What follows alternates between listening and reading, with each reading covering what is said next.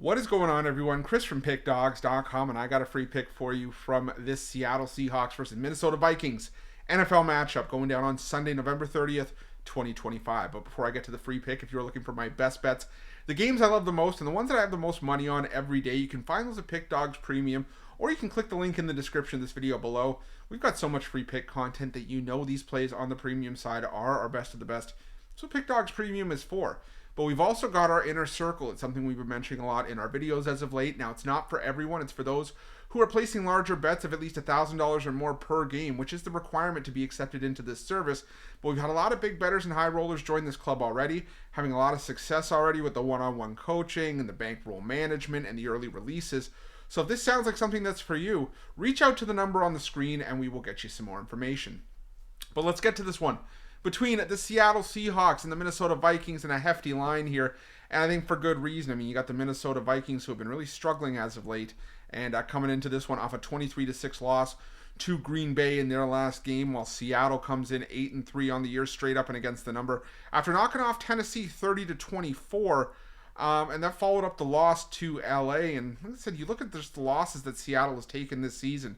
You know, a 2-point loss to LA, a 3-point loss to Tampa Bay, and then that seasoning opening loss at home against San Francisco. But other than that, you could make a strong case that Seattle's been one of the best teams in the NFL, and it's been outstanding for Seattle this season. I mean, Sam Darnold has evolved before our eyes. I mean, he's been taking that next level to even, I would say, an MVP caliber candidate prior to that 4-interception game. But even then, you know, one bad game. How many bad games do we see Tom Brady have? Not many, but they still happen. Same thing with Patrick Mahomes. Same thing with any solid quarterback that won an MVP. So, you know, I think Seattle's, you know, just playing good football right now. Now, yes, they let it get a little bit dicey against Tennessee in that game last week, and we got to remember that was a game that was 30-10 in midway through the third quarter. It was 23-3 early in the third, 30-10.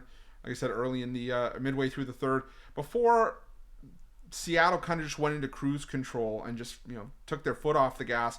And it was a 13-point game before Tennessee scored a late touchdown to blow the cover for Seattle backers in that game. But I think Seattle at home, even though, you know, they have been much better on the road from a win-loss perspective and a production standpoint, I think they're still going to be fine at home here. I mean, look at the last, you know, couple results for Seattle at home against this, you know, just overall against their opponents. I mean, they beat Arizona by 22 points. They hung 27 and, you know, beat the Houston Texans at home. You know, they did lose to Tampa Bay, but they also blew out the New Orleans Saints 44-13. Minnesota's offense has just been inefficient with J.J. McCarthy back. You know, it feels like so long ago that I was sitting at the Circa in Las Vegas and watching, you know, J.J. McCarthy orchestrate that comeback in the fourth quarter against the Chicago Bears. And, I mean, since then, you know, McCarthy obviously had the injuries, and it's been Carson Wentz here and there.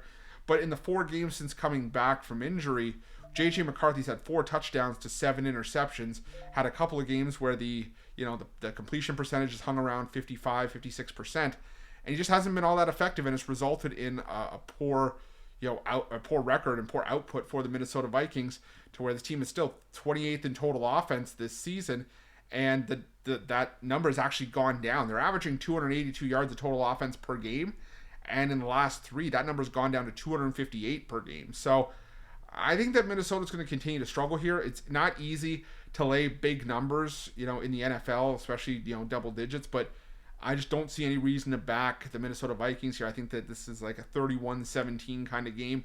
So give me Seattle here, laying the 11.5. That is my free pick for this game. Thank you so much for checking out this free pick video. Let me know who you guys like in this game in the comment section below. And remember, if you're looking for my best bets, you can head to Pickdawgz Premium, or you can click the link in the description of this video below and use the promo code PICK, P-I-C-K, at checkout and get 15% off your purchase. Best of luck. We'll see you guys soon.